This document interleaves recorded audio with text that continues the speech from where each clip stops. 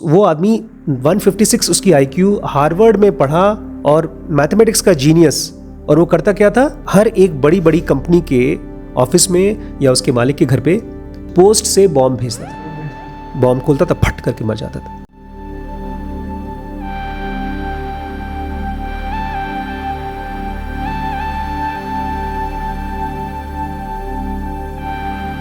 नमस्कार दोस्तों, स्वागत है आपका ज़ेन योगा चैलेंज। आज हम लोग ड्रिफ्ट वॉचिंग में सीखेंगे, एक्सप्लोर करेंगे why are we so sad. हमारी सैडनेस से हमारी डिप्रेशन कैसे बन गई है,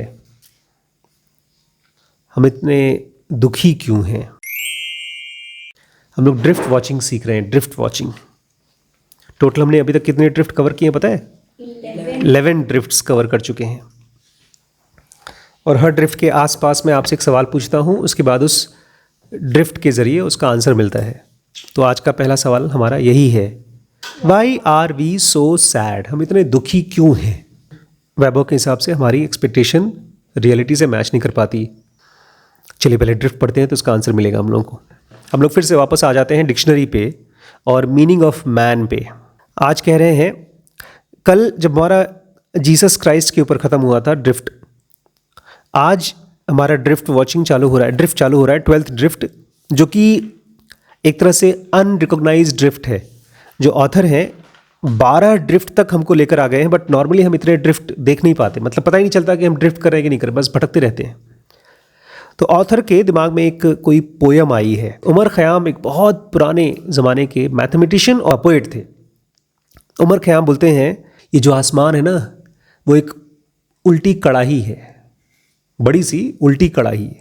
और इस कड़ाही के नीचे हम लोग पैदा होते हैं और सड़ जाते हैं, मर जाते हैं। और सुनो, ऊपर कोई नहीं है, अपने हाथ वाथ मत उठाओ प्रार्थना करने में। क्योंकि वो तो मैथमेटिशियन थे, उन्होंने गणना कर ली थी कि ये जो पूरा ब्रह्मांड जिसको तुम देख रहे हो ना, ये भी तुम्हारी और हमारी तरह ही गोल गोल गोल गोल चक्कर काटता रहता है। वो जैसे तुम और मैं दोनों इम्पोर्टेंट हैं, नपुंसक हैं, कमज़ोर हैं, किसी लायक नहीं है, ऐसे ही जिसको तुम ऊपर भगवान मान के प्रार्थना कर रहे हो, वो भी इम्पोर्टेंट है। इम्पोर्टेंट मतलब उसके अंदर में कुछ है नहीं, नपुंसक है, उसके अंदर में कुछ करने की ताकत नहीं है। तो आगे हमारा ऑथर सोच रहा है, ड्रिफ्ट कर रहा है, यार लोग अलग अलग टाइप के लोग हैं, कितने लोग कितने तरीके से प्रार्थना करते रहते हैं और फिर भी पूरी ज़िंदगी मिजरेबल रहते हैं, दुखी रहते हैं। तो फिर भगवान सुनता क्यों नहीं है? आखिर डिवाइन हेल्प क्या होता है? अब वो दुखी है, ये सब, ये जो उसकी कहानियाँ चल रही हैं, ये जो पोएम उसको याद आ रही है, वो सब दुख का एक ट्रेन जा रही है। जैसे आप कहीं, आप ट्रेन में बैठे हो और एक गर्म शहर में से ट्रेन जा रही है, जा रही होता था बहुत बार। हम लोग इलाहाबाद से जब बॉम्बे जाते थे तो इलाहाबाद में मालूम पड़ा बारिश हो रही है और बॉम्बे जाते जाते वहाँ पर धूप है। एक शहर से दूसरे शहर में मौसम अलग ही होता है। बहुत बार हम यहाँ पहाड़ में भी है, तो यहाँ पर भी ऐसे ही है। अब वही दुखी स्टोरी, जो दुखी पोएम थी, वो आगे देखिए और कैसे दुख और ज़्यादा बन रही है। क्या आदमी पूरी तरह से सब्जेक्ट टू प्रीडेस्टिनेशन है? कभी आपके मन में आता होगा, यार ज़िंदगी बकवास है, करना क्या होता है? जो माँ बाप कहते हैं वो करो, या जो बॉस कहता है वो करो, और अल्टीमेटली अगर बॉस और माँ बाप कुछ नहीं कह रहे तो भगवान या लाइफ या किस्मत के मारे हम सब। अब ये पूरी दुनिया के सारे फिलोसोफर्स की प्रॉब्लम थी, पता है? जो लोग भी सोचते थे और खाली सोच के भगवान को या लाइफ को जानने की कोशिश करते थे, वो लोग हमेशा डिप्रेशन में चले जाते थे। ये सोच रहा है क्या, ये बहुत मुश्किल लॉ है इसको समझना। ये जो सोच रहे हैं ना, इसको आप सोच के नहीं समझ सकते। जैसे अगर आप यहाँ बैठे हो और आप सोचते रहें कि पैसा कैसे कमा सकते हैं। चलो पैसा तो एक लंबी चीज़ है, खाना कैसे बना सकते हैं, पूरे सुबह से शाम तक सोच रहे हैं, एक उंगली नहीं उठाई। ऐसे ही ये आदमी सोच रहा है। ये बहुत मुश्किल इंसाइट है जिसको ये सोचने की कोशिश कर रहा है, क्या दुनिया में ये लॉ, किस चीज़ का लॉ, कॉज एंड इफेक्ट का ऑपरेट करता है? कैरम खेला है कभी? वो एक तरह से law of cause and effect है। आप एक स्ट्राइकर से एक गोटी को मारते हैं, आप कॉज देते हैं, और उसका इफेक्ट होता है कि वो या तो होल में जाता है, या किसी दीवार में हिट करता है, या किसी और गोटी पे हिट करता है, या फाउल हो जाता है। लेकिन कॉज एंड इफेक्ट तो काम करता ही है। लेकिन आप ये तो नहीं बोलते अरे यार कैरम जब मारो कुछ जाता ही नहीं है। आप लॉज एंड इफेक्ट को समझ रहे हैं, लेकिन यहाँ पर ये आदमी कुछ कर नहीं रहा है, खाली सोच रहा है कि हाँ दुनिया में law of cause and effect है। अभी हम लोग जब चल के आ रहे थे ना, तो बगल में एक मंदिर में लोग पूजा पाठ कर रहे थे, घंटी बजा रहे थे, और वहीं पर एक औरत उसी मंदिर में से निकल के आई थी। उसका चेहरा मैंने देखा, बेचारी बहुत परेशान दुखी थी। हम लोग जब कुछ चाहते हैं ना भगवान से, लाइफ से, तो हम ये नहीं जानना चाहते कि ये कैसे पॉसिबल हो पाएगा, हम खाली चाहते हैं। यहाँ पर ये कह रहे हैं कि क्या आदमी के पास फ्री विल है? क्या आदमी थोड़ा ही सही अपनी मर्जी से ज़िंदगी जी सकता है? या एक आदमी देवी देवताओं के लिए, या जिसको भी आप मंदिर में पूजा करते हैं, उनके लिए एक डोमेस्टिकेटेड एनिमल है? डोमेस्टिकेटेड एनिमल जानते हैं किसको बोलते हैं? उसी मंदिर के बाहर एक गाय बंधी हुई थी, रस्सी से बंधी हुई थी, वो डोमेस्टिकेटेड एनिमल है। तो क्या जिनको देवी देवता बोलते हैं, जिनकी हम पूजा करते हैं, क्या उन्होंने हमको डोमेस्टिकेट कर रखा है? देख रहे हैं ये उसकी लाइन, बेचारे दुख की, अपने आप को गाय भैंस मान रहा है। या एक दूसरा थॉट, हम लोग बचपन में ऐसे गप्पे मारते थे, अरे यार अमिताभ बच्चन क्या खाता होगा, कौन सी गाड़ी में बैठता होगा। ऐसे ही ये भी सोच रहा है, आखिर ये दुनिया में क्या सब कुछ एक सुपर बीइंग, एक भगवान के हिसाब से चलता है क्या? और शायद इसीलिए आदमी को अपनी सब कुछ एक डिवाइन विल के सामने सबमिट करना होता है। मतलब एक गुलाम जैसे मालिक के सामने झुका रहता है, नौकर, ऐसे ही आदमी को भी भगवान के सामने एक नौकर की तरह जीना पड़ता है क्या? अमिताभ बच्चन जी गए मंदिर में, फिल्म थी दीवार, और उनकी माता जी बचपन से भगवान की पूजा करती थी, बचपन से, और ये कभी भी भगवान को मानते नहीं थे। अपनी माँ के साथ जाते थे मंदिर, लेकिन मंदिर के बाहर खड़े रहते थे।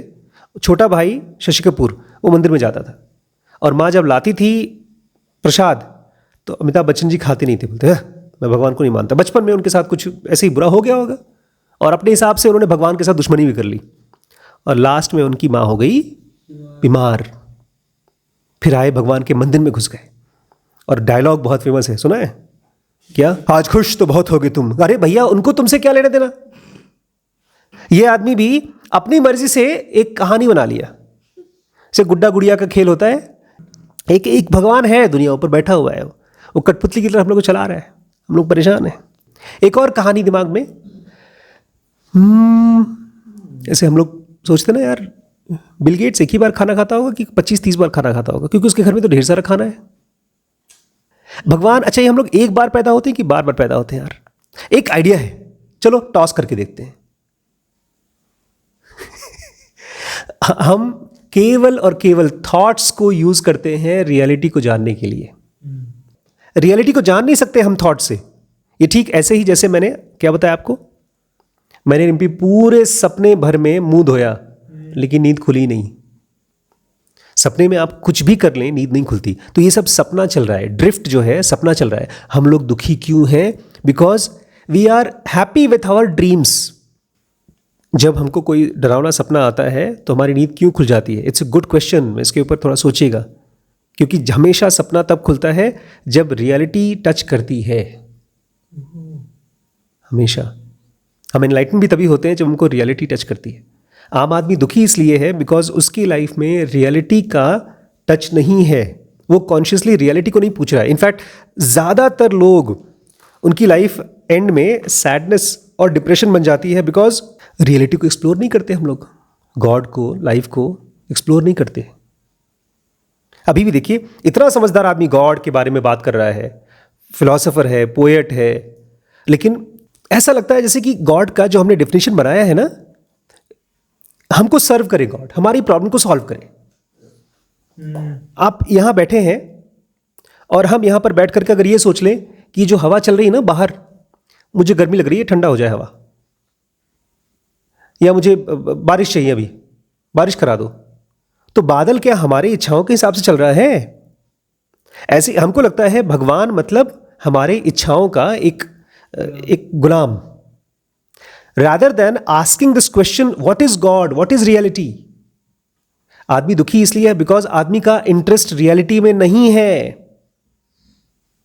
रियलिटी को दुख टच नहीं कर पाता। इसको कृष्णमूर्ति कहा करते थे, ये जो दुनिया है ना, ये एक स्ट्रीम है। स्ट्रीम मतलब एक लहर है, नदी, किस चीज़ की? दुख की। और इसमें से जो निकल जाता है वो आदमी एनलाइटन हो जाता है। कृष्णमूर्ति बोला करते थे। एक औरत कृष्णमूर्ति से पूछ रही थी, एलन ऑडे नाम था उनका, भाई खत्म हो गया था कुछ दिन पहले। वो पूछती, मेरा भाई मर गया, अब कहाँ है वो? क्या वो अभी भी हमारे आसपास है? तो बोलते हैं हाँ, इसी स्ट्रीम में है, इसमें हम पैदा होते हैं, मरते हैं, पैदा होते हैं, मरते हैं, लड़ाई करते हैं, चोरी करते हैं, फिर रोते हैं, फिर शादी करते हैं, बच्चे पैदा करते हैं, फिर नौकरी करते हैं, बीमार होते हैं। यही एक स्ट्रीम है और इसी में तुम्हारा भाई मरने के बाद भी यही है, कहीं और निकला नहीं है। हम दुखी इसलिए हैं because we are happy with this stream. हमको ये एहसास ही नहीं होता, जिसको हम खुशी बोलते हैं और जिसको दुख बोलते हैं, ये दोनों इसी स्ट्रीम का रूल्स है, गेम का पार्ट है। जैसे आप टीवी चालू करें और एक फिल्म देखें, फिल्म के अंदर में आपको कॉमेडी सीन मिलेगी, आपको सैड सीन मिलेगा, फिर उसमें आपको हैप्पी एंडिंग मिलेगी। और सोचिए अगर पूरी फिल्म में खाली हैप्पी एंडिंग ही है, सब कुछ हैप्पी हैप्पी है, बोलेंगे बोरिंग फिल्म है यार। खाली सैड सैड सीन तो बोलेंगे दुखी फिल्म है। सब कुछ चाहिए इस दुनिया में। हमको मेमोरी भी चाहिए, फॉरगेटफुलनेस भी चाहिए। हम इसी फिजिकल वर्ल्ड में इंटरेस्टेड हैं जो बना ही हुआ है सैडनेस का। ये भी आदमी जब बात कर रहा है, ये सब बातें कर रहा है, तो ये नहीं पूछ रहा है कि मुझे गॉड को जानना है, वो अपने आप अंदाजे लगा रहा है। इससे मेरा नेक्स्ट क्वेश्चन आता है। नेक्स्ट ड्रिफ्ट से पहले नेक्स्ट क्वेश्चन है, what is the full time profession of God? अगर कोई गॉड है, एक डॉक्टर का काम है डॉक्टरी, भगवान का मेन काम क्या है? भगवान का मेन काम क्या है? हमारे नेक्स्ट ड्रिफ्ट में देखते हैं ये भाई साहब क्या सोच रहे हैं। इस ड्रिफ्ट को मान लीजिए कि ये दुख का ड्रिफ्ट है। मैं चाहता हूं आप भी ना, जब आपका माइंड जाए सैडनेस में जाए तो दिख जाए, पकड़ में आ जाए। सौरो का मतलब क्या होता है? सौरो मतलब दुख, मिजरी, सौरो, सैडनेस। आज तो खाना भी नहीं अच्छा है यार, वही पनीर की सब्जी रोज रोज। आप अगर दुखी हैं तो आप सोचते भी दुखी हैं, खाते भी दुखी हैं, बातें भी दुखी करते हैं। आप नया कपड़ा पहन लेंगे, बोले टेलर को अच्छा कपड़ा बनाने आता ही नहीं था। खुश कैसे रहें? अभी उसके बारे में आएंगे, आगे आएंगे। नेक्स्ट क्वेश्चन या नेक्स्ट ड्रिफ्ट है, अगर भगवान है तो भगवान का फुल टाइम काम क्या है? तो पहला वाला जो ड्रिफ्ट था वो अनरिकॉग्नाइज्ड ड्रिफ्ट था और वो चल रहा है। उसके बाद वही ड्रिफ्ट आगे भी चल रहा है। अच्छा, उसके थ्रू अभी ये शुरू हो गया, नया ड्रिफ्ट चालू हो गया। अगर इंसान के पास कोई चॉइस नहीं है, अगर आदमी की पूरी लाइफ पहले से ही चार्टेड आउट है, तुम क्या करोगे, कैसे करोगे, पूरा सब कुछ, और वो अपनी जो बनाया गया, उसके लिए नक्शा बनाया गया आदमी के लिए, उसमें से डेविएट नहीं कर सकता, और अगर आदमी के पास कोई फ्री विल नहीं है, वो गुलाम है, तब तो उस आदमी का जन्म इस धरती पे चाहे कहीं और मीनिंगलेस है। एक बहुत फेवरेट फिल्म थी मेरी, उसका नाम है टाइटैनिक। उस फिल्म में एक तो है गरीब आदमी, हीरो जो है गरीब आदमी है, उसको टाइटैनिक में बस घुसने को मिल गया तो बड़ी किस्मत की बात थी। एकदम लोअर थर्ड क्लास कूपे में बैठा हो, और उसको प्यार हो गया केट विंसलेट हीरोइन से, जो कि बहुत अमीर लड़की है, बहुत अमीर घर की लड़की है, लेकिन वो ज़्यादा परेशान है क्योंकि उसकी सब कुछ, क्या कपड़ा पहनेगी, कैसे बात करेगी, कैसे बैठेगी, कैसे खाएगी, सब कुछ पहले से चार्टेड आउट है। मम्मी डिसाइड कर रखी है, सब कुछ उसकी माँ ने डिसाइड कर रखा था, किससे शादी करेगी, कब शादी करेगी, कितने बच्चे पैदा करेगी, सब कुछ। ये भी आदमी ऐसे परेशान है। वो औरत बहुत परेशान दिखाते हैं, फिर उसकी मुलाकात हो जाती है इससे, हमारे हीरो से। ये आदमी आवारा बनना चाहता है। भगवान ने सब कुछ अगर हमारे लिए सेट कर रखा है, सब कुछ, तो बोलता है हमको फिर भगवान ने फ्रीडम ही नहीं दी, क्या फ़ायदा है ऐसी ज़िंदगी जीने का? चाहे एक बार पैदा हो, चाहे 100 बार पैदा हो, हमारी लाइफ क्या है? मीनिंगलेस है। क्योंकि देखिए उसका भी, उसका थॉट देखिए, ड्रिफ्ट कर रहे हैं, लेकिन भाई साहब का ड्रिफ्ट में भी एकदम लॉजिकली ड्रिफ्ट करने की कोशिश कर रहे हैं। क्योंकि पता है फिर आदमी क्या है? आदमी का अगर सब कुछ पहले से डिसाइड किया है भगवान ने, तो फिर वो आदमी है क्या? भगवान के हाथों का खिलौना है। जैसे एक खिलौना चलेगा कि नहीं चलेगा, एक उसका खेलने वाला डिसाइड करता है, बच्चा डिसाइड करता है। और अब अपनी तो लाइफ मिजरेबल है ही, बोल रहा है अगर वो आदमी जो हमारी लाइफ मिजरेबल कर रहा है, मतलब उसका फुल टाइम काम क्या है इसकी लाइफ में? अच्छा, तुम सुबह 6 बजे उठोगे, तुम 12 बजे उठोगे, तुम बीमार होगे, तुम पैदा होगे, तुम मरोगे, उसकी लाइफ कौन सी बड़ी मीनिंगफुल है? दूसरों को ही परेशान। एक आदमी जिसका काम है दूसरों की डेस्टिनी 24 घंटे डिसाइड करना, तो उसकी खुद की लाइफ कौन सी बहुत अच्छी है? एक जेल में एक कैदी होता है, वो तो 20 साल बाद चला जाता है, लेकिन उसका जेलर भी तो उसी जेल में फंसा हुआ है। तो अगर भगवान ऐसे हमारी डेस्टिनी को डिसाइड कर रहा है सब कुछ, तो उसकी लाइफ भी तो बहुत बेकार है। हम भगवान रियलिटी में भगवान को जानते नहीं हैं, लेकिन अपने दिमाग में अमिताभ बच्चन की तरह एक इमेज है। दुखी भी कर दिया, खुश भी कर दिया। तुम जिसने मंदिर में, हमारी माँ ने तुम्हारे मंदिर में बहुत पूजा पाठ किया था। तो ऐसे ये आदमी परेशान है, दुखी है, गुस्सा है भगवान से, और भगवान की लाइफ को, कैरेक्टर को डिसाइड कर दिया कि भगवान की लाइफ क्या है, मीनिंगलेस है। हम अपने लाइफ में जो जीते हैं ना, वही सामने वाले को दिखा देते हैं, वही सामने वाले के ऊपर प्रोजेक्ट कर देते हैं। एक राजा था, बहुत बड़ा राजा था, कहीं जा रहा था अपनी ढेर सारी सेना ने लेकर के, पालकी वालकी में बैठ के। जंगल में उसको एक पेड़ के नीचे एक नागा साधु दिखाई दिया। वो नागा साधु थे गुरु दत्तात्रेय, कहते हैं महायोगी थे। और उसको देखा तो बड़ा खुश, आराम से, बिना कुछ कपड़े के जंगल में ऐसे पड़े हुए हैं। राजा को देख करके, और मुझे लगता है राजा बड़ा बेचारा परेशान भी रहा होगा, क्योंकि जब आपको ना, हम तो यहाँ 3 बच्चों के साथ आए हैं, कितनी झंझट है, और वो कितने लोगों के साथ जा रहा है, पूरी सेना के साथ। पूरी सेना के साथ, 100 200 500, सबका खाना बनेगा कि नहीं बनेगा, सबको सैलरी मिलनी चाहिए, सब टेंशन उनके सर पे। तो बेचारा राजा परेशान रहा होगा, और देखा वहाँ नागा बाबा बैठे हुए हैं, दुख खुश, एकदम मौज में, वो बिना कपड़े के, बिना किसी सामान के। तो पूछ रहे थे उनसे, तुम खुश क्यों हो यार इतने? तो बोलते मुझे कोई चिंता ही नहीं है। बट चिंता नहीं है ऐसा नहीं, उनका माइंड रियलिटी के साथ कनेक्ट हुआ था, सचमुच की रियलिटी के साथ। ये आदमी जो कुछ भी सोच रहा है, इसकी मेंटल रियलिटी है, भगवान है नहीं है। ज़्यादातर जो जीनियस लोग होते हैं, अभी मैंने रिसेंटली आपका एक सीरीज देखा, उसमें ये रियल स्टोरी पर बेस्ड है, जिसमें एक आदमी ने कई साल पहले, हमने 0 to 1 में पढ़ा था, वो आदमी 156 उसकी IQ, हार्वर्ड में पढ़ा, और मैथमेटिक्स का जीनियस। और वो करता क्या था, उसने कुछ 165 पेज का मैनिफेस्टो निकाला। उसके हिसाब से दुनिया में जो मॉडर्निटी आ रही है, टेक्नोलॉजी आ रही है, कंप्यूटर आ रहे हैं, मोटरसाइकिल, कार, ये सब आ रही है, इसकी वजह से आदमी का नुकसान हो रहा है, ऐसा नहीं होना चाहिए। इसलिए हर एक बड़ी बड़ी कंपनी के ऑफिस में या उसके मालिक के घर पे पोस्ट से बॉम्ब भेजता था, और वो आदमी बॉम्ब खोलता था, फट करके मर जाता था, उसको पकड़ा ही नहीं जा पाया। इतना समझदार आदमी दूसरों को क्यों परेशान कर रहा है? क्योंकि उसकी भी लाइफ परेशानी से भरी हुई थी। रहता पता है कहाँ से? वो एक जंगल में एकदम मैथमेटिकल रूम बना रखा था, और वो भी 3 पत्थर का, वहीं गरीबों की तरह रहता था, पैंट फटा हुआ। वो खुद दुखी था, बचपन में, बाद में बोलता भी है कि मेरा एक फ्रेंड था क्लास में, हम लोग की बहुत अच्छी दोस्ती थी, हम लोग साथ में पढ़ते थे, बाद में उसको एक गर्लफ्रेंड मिल गई, तो उसने मुझे छोड़ दिया। तो वहाँ पर उसने पहली बार बचपन में केमिस्ट्री लैब में एक छोटा सा ऐसी कागज़ के टुकड़े, कागज़ में बॉम्ब बना करके उसको भेजा, तो उसको फटा, तो उसको चोट लगी बच्चे को, उसके फ्रेंड को, तो उसको मज़ा आया। तो हमको पता भी नहीं चलता, हम अपने थॉट्स से मज़ा ले रहे हैं। मैन हंटर था उस सीरीज़ का नाम। यहाँ पर यह आदमी भी यही कर रहा है, परेशान और बीमार है। इसके हिसाब से भगवान अगर कोई है तो उसका फुल टाइम ऑक्यूपेशन क्या है? अब देखिए ध्यान से, अभी क्या बोल रहा है भगवान। यार भगवान क्या करता है? फुल टाइम आदमियों को कंट्रोल करता है, और भगवान जो है ना, खुद भी परेशान है। इसके हिसाब से भगवान खुद भी परेशान है। क्यों? बिकॉज भगवान की इस दुनिया में क्या क्या चीज़ें हैं? इनडिग्निटी है, बेइज्जती है। भगवान की इस दुनिया में क्या क्या है? इनजस्टिस है। इनजस्टिस मतलब लोगों के साथ गलत हो रहा है। भगवान के इस दुनिया में क्या है? डेथ है, इसके हिसाब से डिजीज़ है, केओस है, आदमी स्ट्रगल कर रहा है, अंधेरे में ग्रोप कर रहा है, हेल्पलेस है, फ्रस्ट्रेटेड है। और ये सब की रिस्पॉन्सिबिलिटी किसकी हो गई? भगवान की। भगवान ने दुनिया बनाया, और दुनिया में दुख है, तो कौन दोषी? भगवान। फिर आखिर भगवान ने दुनिया बनाया क्यों? अब आदमी ऐसे भगवान का हिस्सा बने भी कि ना बने। अभी दो फ्रेंड्स लड़ाई कर रहे थे, फिलोसोफर, दोनों फिलॉसफी के स्कूल में पढ़ाई कर रहे थे, और टीचर से बहस कर रहे थे। बोलते एक बात बताओ, भगवान सर्वशक्तिमान होता है? ने कहा हाँ। प्रोफेसर ने कहा हाँ। बोलते इसका मतलब भगवान को कोई भी काम बोले तो कर देंगे? हाँ। ठीक है, एक काम करो, भगवान को बोलो कि एक ऐसा पत्थर बनाए जिसको कोई नहीं उठा सकता। क्या भगवान कर सकते हैं? कहा बिल्कुल कर सकते हैं। और ठीक है, अगर वो पत्थर ऐसा है जिसको कोई नहीं उठा सकता, उसका भगवान उठा सकते हैं? बिल्कुल भगवान उठा सकते हैं। फंस गए ना भगवान।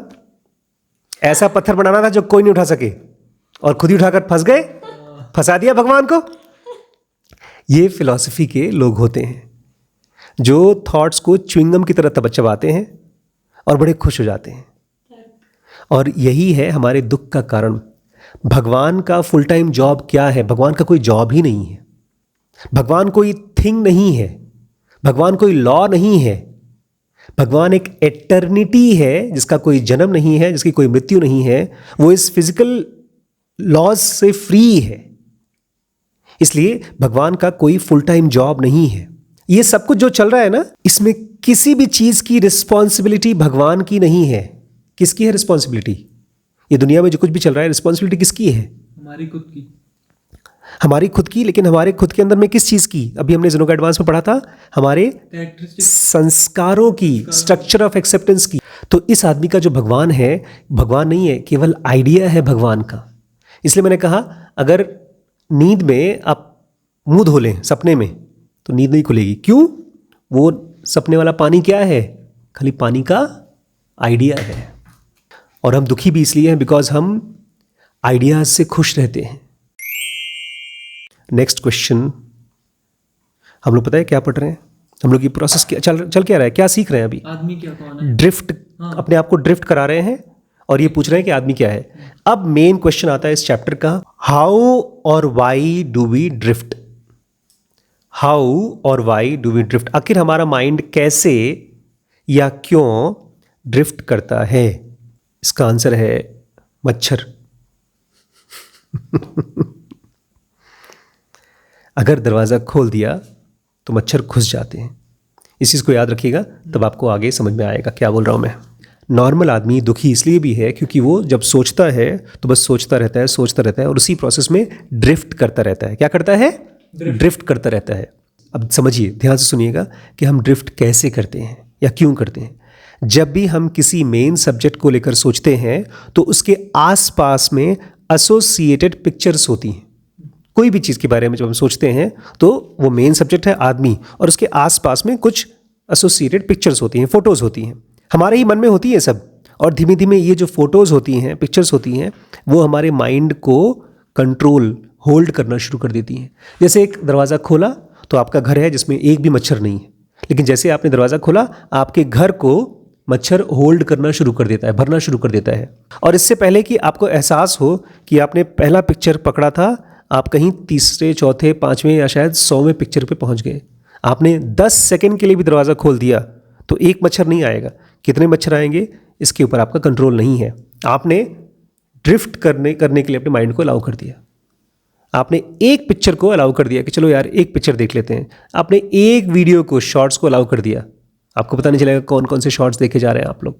और एक बड़ी खास चीज़ है, जब आप खुद को ऑब्जर्व करेंगे इन पिक्चर्स को, अपने थॉट्स को ड्रिफ्ट होते हुए, तो आप देखेंगे आपका जो लास्ट पिक्चर है वो फर्स्ट पिक्चर से रिलेटेड नहीं है।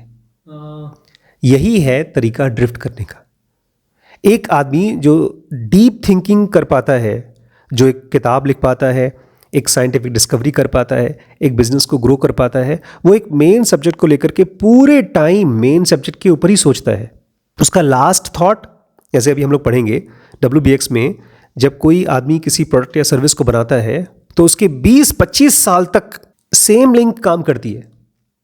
वो बिजनेस करना चाहता है, पैसे कमाना चाहता है, कंपनी बनाना चाहता है, वो ड्रिफ्ट नहीं होता। और वहीं पर दूसरा आदमी चालू किया पैसा कमाने पर, पहुंच गया शराब पीने पे। तो ड्रिफ्ट कैसे करता है आदमी? By going from main subject to the unrelated subject. अगर आपने ये प्रैक्टिस चालू कर दी, ये क्वेश्चन पूछना चालू कर दिया, रुको रुको जो मैं सोच रहा हूं, जो मैं कर रहा हूं। आप मान लीजिए कोई वीडियो देख रहे हैं, आपको फिल्म देखना है। आपने ये डिसाइड किया कि मेरा मेन सब्जेक्ट है एक मूवी देखना, आधे घंटे के लिए, 1 घंटे के लिए। उस पूरे 1 घंटे में आपने फिल्म देखा, ये आपका मेन सब्जेक्ट है। उसमें से हट के आप पढ़ाई मत करिए। वैसे वर्षा आपने डिसाइड किया कि मैं कुछ कंटेंट देखना चाहता हूँ पढ़ाई का, या मैं कोई गूगल करना चाहता हूँ किसी सब्जेक्ट पे। जैसे ही आप उस सब्जेक्ट से ड्रिफ्ट हुए, कम बैक। और इसमें आपकी मदद कौन करेगा? नेक्स्ट पॉइंट, नेक्स्ट क्वेश्चन है, how humans have dominated the planet. इंसानों ने इस पूरे प्लैनेट को कैसे डोमिनेट किया? हमारे इंसानों के पास 2 टाइप का माइंड है। हमने इसको पहले डिस्कस भी किया है। एक है अनट्रेन्ड माइंड, एक है ट्रेन्ड माइंड। तो जिस इंसान की बदौलत आज हम लोग घरों में रह रहे हैं, बिजली, हॉस्पिटल, दवाइयाँ, ये जो खोजी गई हैं, वो अनट्रेन्ड माइंड की वजह से नहीं है। इंसान ने कैसे डोमिनेट किया? Through trained mind. Trained mind मतलब एक सब्जेक्ट को लेकर के उसी के अंदर गहरे जा पाना।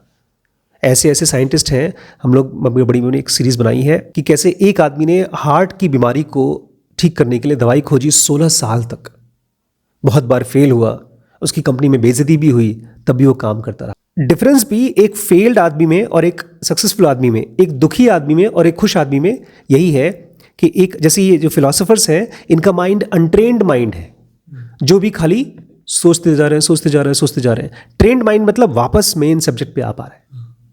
ये आदमी का ही माइंड कर पाता है, बाकी कोई जीव जंतु नहीं कर पाता। एक पिक्चर को दूसरी पिक्चर के साथ एसोसिएट कर पाना कोई और जानवर नहीं कर पाता, भूल जाता है। ये बड़ी थकाऊ काम है, वो नहीं भी चाहेगा तब भी होता जाता है। इसी को बोलते हैं ड्रिफ्ट करना। इसका सोल्यूशन है ट्रेनिंग योर माइंड। कैसे करेंगे? अपने माइंड को कैसे ट्रेन करेंगे? उसके लिए हमारा आज का last question, can we meditate like masters? क्या हम ग्रेट मास्टर्स की तरह, ऋषि मुनियों की तरह मेडिटेट कर सकते हैं? क्योंकि जो सारी तकलीफें हमारे पास हैं, जो दुख हमारे पास हैं, वो सब रमण की लाइफ में भी थे, बुद्ध की लाइफ में भी थे। वो कैसे कर पाए मेडिटेट? तो उसका आंसर है, हमारे माइंड में जो ड्रिफ्ट करने का हैबिट है, वो पूरे माइंड का काम नहीं है। वो हमारे ही माइंड के एक छोटा सा डिपार्टमेंट है जो ये काम करता है। लेकिन हमारे पास और भी बड़ा सा ब्रेन है, माइंड है। इसलिए सबसे पहले हम लोग ज़ेनोगा में यही करेंगे कि हमारे माइंड के अलग अलग डिपार्टमेंट्स का काम क्या है, उसको थियरेटिकली सीखें और प्रैक्टिकली सीखें।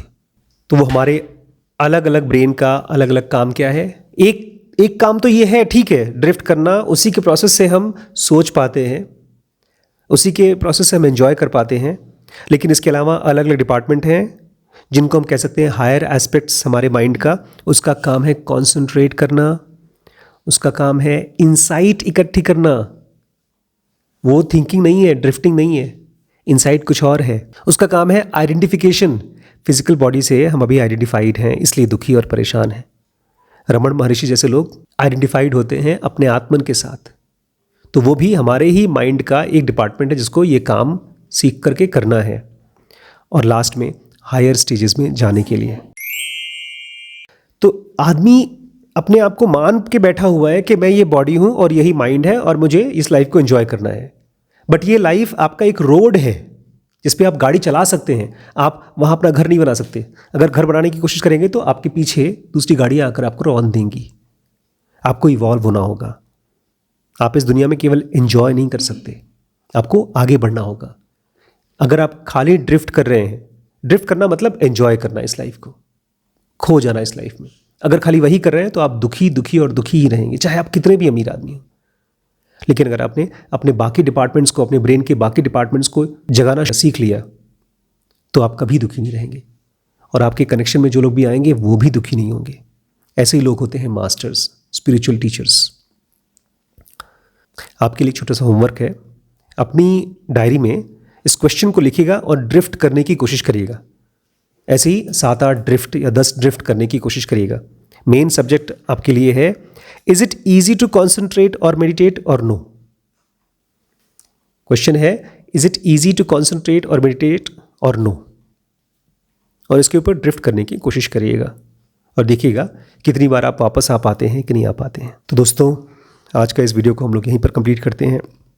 इस पूरी सीरीज़ को समझने के लिए ज़ेनोगा एडवांस परफेक्ट है, जिसमें आप अपने घर पर बैठ करके इस पूरी नॉलेज को सीख सकते हैं, अपने आप को ट्रेन कर सकते हैं। और अगर आप बिजनेस सीखना चाहते हैं, एक कैसे स्टार्टअप कैसे चालू किया जाता है, कैसे ग्रो किया जाता है, तो उसके लिए WBX बेस्ट कोर्स है।